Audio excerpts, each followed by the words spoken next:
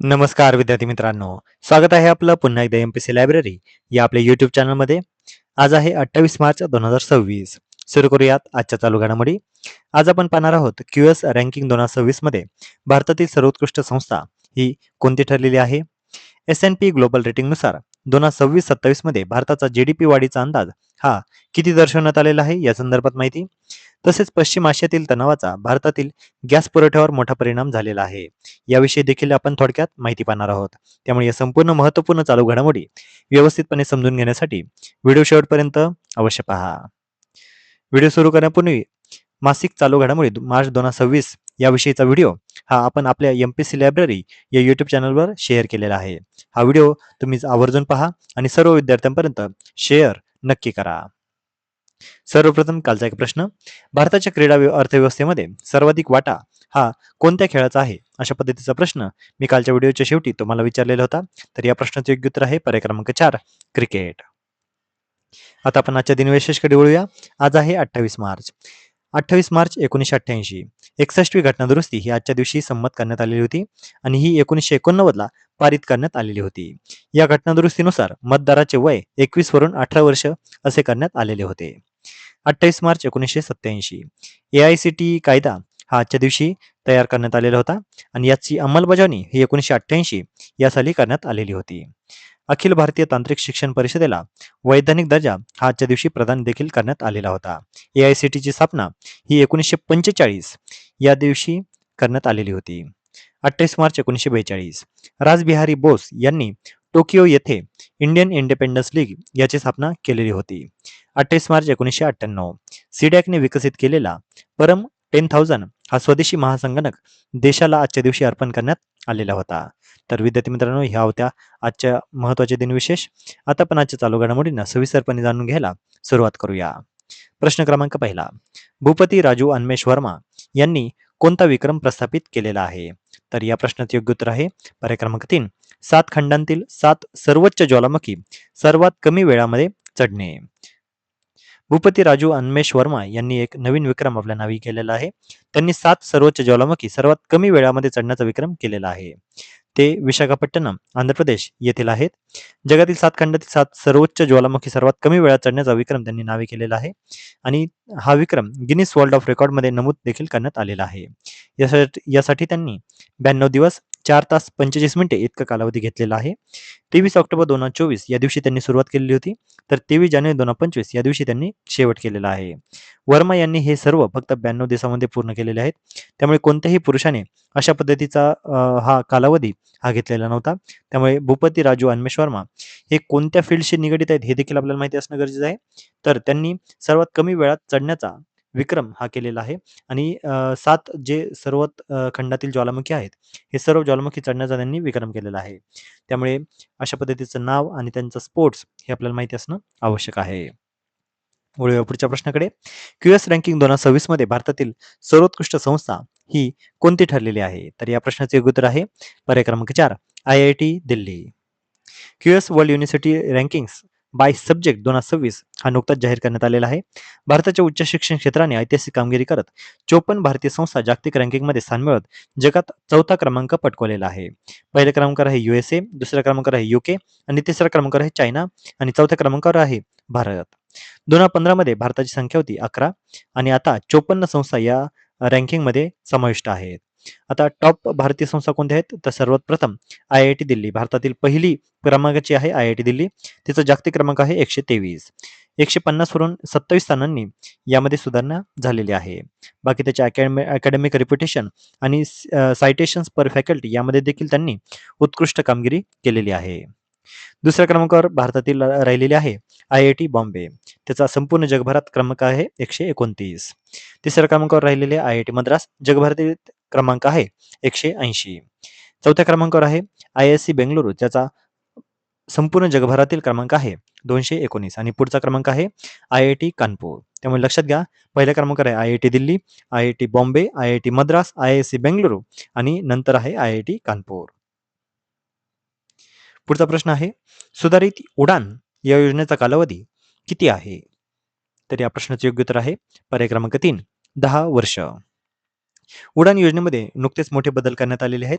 सुधारित उडान योजना आता म्हणजेच मॉडिफाईड उडान स्कीम ही आता 10 वर्षांसाठी आता एक्सटेंड केलेली आहे. 2026-27 ते 2035-36 या कालावधीसाठी उडान योजनामध्ये आता बदल करण्यात आलेला आहे. यासाठी या 10 वर्षामध्ये 28,840 कोटी इतका खर्च देखील येणार आहे. आता या योजनेमध्ये जे काही बदल करण्यात आले त्यातील मुख्य घटक कोणते आहेत? तर पहिल्या क्रमांकावर आहे विमानतळ विकास. 100 नवीन किंवा निष्क्रिय विमानतळ विकसित करणे, तसेच विकसित भारत 2047 ची दृष्टिकोनाशी सुसंगत असे विमानतळ तयार करणे. दुसऱ्या क्रमांकाचा घटक आहे ऑपरेशन अँड मेंटेनन्स. 441 विमानतळांना 3 वर्ष आर्थिक मदत देखील मिळणार आहे. 3.6 कोटी प्रति विमानतळ तसेच 0.90 कोटी हे हेलिपॉडसाठी आता या उडान योजनेमध्ये नमूद करण्यात आलेले आहेत. आता या उडान योजनेचं उद्दिष्ट काय? तर सर्वसामान्यांसाठी परवडणारी विमानसेवा ही लागू करणे, तसेच टियर 2 आणि टियर 3 शहरांना जोडणे हे या उडान योजनेचे महत्त्वाचं उद्दिष्ट आहे. त्यानंतर आधुनिक हेलिपॅड्स 200 हेलिपॅड्स देखील तयार करण्यात येणार आहेत. हे डोंगराळ आणि दुर्गम भागात असणार आहेत. तसेच आपत्कालीन सेवा व शेवटच्या टप्प्यातील संपर्क सुधारणा देखील या उडान योजनेद्वारे करण्यात येणार आहे. तसेच व्हायबिलिटी गॅप फंडिंग म्हणजेच यासाठी 10,043 कोटींचा निधी हा नमूद करण्यात आलेला आहे. प्रादेशिक विमानमार्ग चालू ठेवण्यासाठी या व्हायबिलिटी गॅप फंडिंग म्हणजेच व्हीजीएफ मार्फत मदत होणार आहे. तसेच आत्मनिर्भर विमान खरेदी म्हणजेच HAL ध्रुव हेलिकॉप्टर आणि डॉर्नियर या विमानांचा यामध्ये वापर करण्यात येणार आहे. दुर्गम भागातील सेवा यामुळे आता मजबूत देखील होणार आहे. उडान योजना काय आहे? तर उडान योजनेची सुरुवात ही ऑक्टोबर 2016 या दिवशी झालेली होती आणि याची अंमलबजावणी ही नागरी उड्डाण मंत्रालयामार्फत करण्यात येत आहे. पुढचा प्रश्न, खालीलपैकी कोणता गॅस वाहनांसाठी वापरला जातो?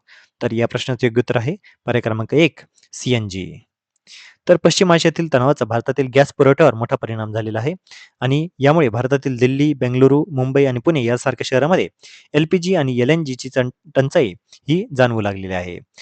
हॉर्मुझ सामुद्रधुनीमधून जगातील 20% पेक्षा जास्त ऊर्जा पुरवठा हा होत असतो आणि येथील तणावामुळे गॅस पुरवठ्यावर आता मोठा परिणाम होत आहे.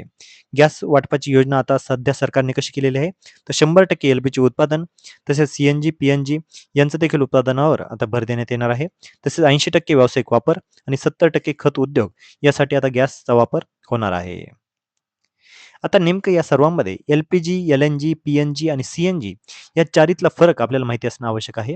तर लक्षात घ्या, सगळ्यात पहिल्यांदा LPGचा फुल फॉर्म आहे लिक्विफाईड पेट्रोलियम गॅस. PNGचा फुल फॉर्म आहे पाइप्ड नॅचरल गॅस. CNGचा फुल फॉर्म आहे कॉम्प्रेस्ड नॅचरल गॅस आणि LNGचा फुल फॉर्म आहे लिक्विफाईड नॅचरल गॅस. बाजू चित्रामध्ये तुम्हाला हे चारही गोष्टी तुम्हाला व्यवस्थितपणे दिसणार आहेत. LPG हे आपल्या गॅस सिलेंडरशी निगडित आहे. PNG हे देखील आपल्या गॅसशी निगडित आहे, परंतु हा सिलेंडरमध्ये नसतो, तर हा पाईपलाईनद्वारे आपल्याला घरामध्ये येत असतो. CNG आपल्याला माहिती आहे की आजकाल CNGच्या कार्स देखील खूप आलेल्या आहेत आणि सगळ्यात शेवटी आहे LNG हा आहे लिक्विफाईड नॅचरल गॅस. हा खतांसाठी अतिशय महत्त्वाचा असा LNG म्हणून वापर केला जातो. तर LPG म्हणजे काय? स्वयंपाकासाठी वापरला जाणारा गॅस. LNG म्हणजे अतिशय थंड द्रव स्वरूपातील नैसर्गिक गॅस. PNG म्हणजे पाईपद्वारे घरामध्ये येणारा गॅस आणि CNG म्हणजे वाहनांसाठी वापरला जाणारा गॅस. आता LNG मध्ये साठवणूक मर्यादा आणि त्यामध्ये भारताची अडचण देखील होत आहे. भारतामध्ये LNG साठवणूक क्षमता ही अतिशय कमी आहे. त्यामुळे संकटात पुरवठा राखणे सध्या कठीण जात आहे आणि नैसर्गिक गॅसचा वापर हा वीज निर्मिती, खत उत्पादन, घरगुती स्वयंपाक आणि उद्योग आणि रिफायनरीमध्ये करण्यात येत असतो. त्यामुळे LNGचा आता आगामी काळामध्ये आता तुटवडा हा मोठ्या प्रमाणात जाणवून येत आहे. आपल्याला माहितीच आहे की सध्या LPGचा तुटवडा हा मोठ्या प्रमाणात जाणवत आहे. LPG म्हणजे आपली गॅस सिलेंडरचा तुटवडा. परंतु या पेक्षाही मोठे संकट आता LNGचे असणार आहे. LNG सगळ्यात मोठा जो आहे तो खत उत्पादनासाठी वापरला जातो आणि जर खत उत्पादन मोठ्या प्रमाणात झालं नाही, तर आगामी काळामध्ये कृषी क्षेत्रावर याचा मोठा परिणाम आता दिसून येणार आहे. वळूया पुढच्या प्रश्नाकडे. S&P ग्लोबल रेटिंगनुसार 2026-27 मध्ये भारताचा GDP वाढीचा अंदाज हा किती आहे? तर या प्रश्नाचे योग्य उत्तर आहे पर्याय क्रमांक 2 7.1%. भारताच्या GDP वाढीचा अंदाज हा 7.1% दर्शवण्यात आलेला आहे. याचा अहवाल जागतिक पतमानांकन संस्था S&P ग्लोबल रेटिंगने दिलेला आहे. भारताचा GDP वाढीचा अंदाज आहे 7.1%. 2025-26 मध्ये हा अंदाज होता 7.6%. तर आता 2026-27 मध्ये हा अंदाज 7.1% करण्यात आलेला आहे. महागाई दर 2027 मध्ये 4.3% पर्यंत जाईल असे देखील या S&P ग्लोबल रेटिंगने नमूद केलेले आहे. तर विद्यार्थी मित्रांनो, या होत्या आजच्या चालू घडामोडी. आजच्या महत्त्वपूर्ण चालू घडामोडीवर आधारित मी आता एक प्रश्न विचारणार आहे, ज्याचं उत्तर तुम्ही सर्वांनी आता कमेंटमध्ये द्यायचं आहे. प्रश्न आहे, पी गॅस म्हणजे काय?